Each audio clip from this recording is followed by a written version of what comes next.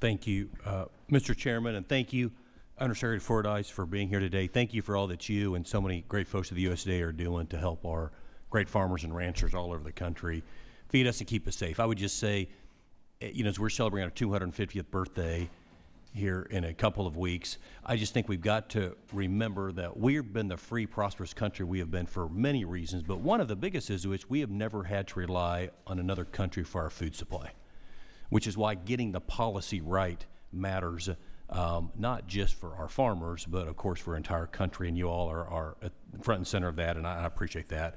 Great catching up with you back in Kansas last week. Thanks for spending time in the state. Enjoyed having you specifically in my district last week. As you know, my district, we have a lot of wheat, a lot of beef, a lot of sorghum, a lot of corn, soybeans as well. My questions for you, first, I was excited to hear about the new pilot program that USDA introduced to modernize acreage reporting and improve its efficiency for producers, something producers have been talking to us about for a long, long time. I think there's 11 pilot programs going on right now. Could you share more about the program, how it's being incorporated into the new One Farmer, One File initiative, and what the outlook is for the future? Yes, Congressman, and yes, it was good to see you in Kansas last week. You do have vast swaths of country and a lot of agriculture in your district for sure. I might get overexcited about this modernized acreage reporting. It is a long time coming.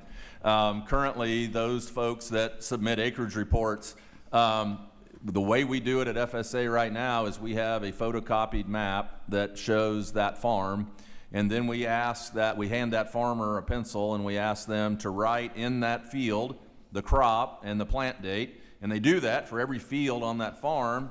Then they hand the paper map back to the program analyst, and then he or she then has to do the data entry to enter that in. Has to be a better way.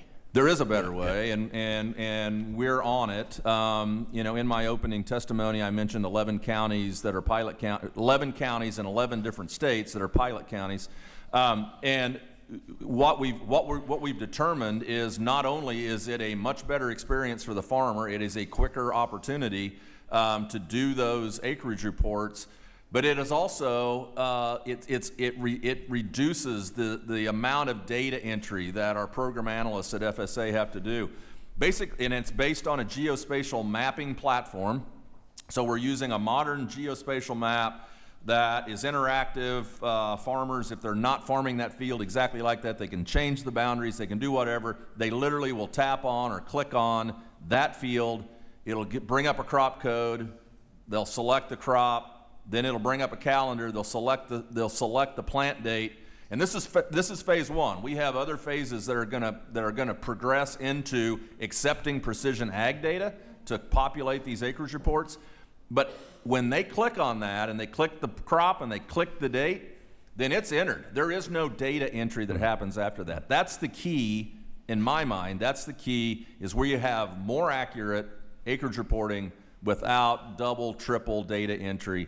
And it is going to be a great thing for our staff and our farmers. One Farmer, One File is fantastic. And then the next year you just go and update, the fields are already in there, so you just update what crop or what the plan is. Yes, there will be defaults. After that foundational work, there'll be defaults. If you're a corn-soybean rotation, this is always corn this year, soybeans this year. It'll pre-populate that, but obviously we give the farmer the opportunity to make sure that that's correct. And so we'll have an opportunity. If farmers want to come into the county office and do this exercise every year, we'll use that modernized platform to do it. If they want to do it on their phone, they want to do it on some other digital device, phase two will allow for that to happen.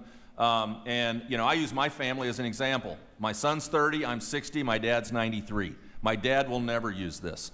He's going to go to the county office. I can do it either way. My son, who's 30, will demand at some point to do his work with USDA virtually and digitally. Yeah, welcome improvement. I think producers I know in Kansas are really excited about this and the opportunities that it's going to be. So thank you, Mr. Chairman. With that, I yield back the balance of my time. And thank you again, Undersecretary, for being here. Thank you.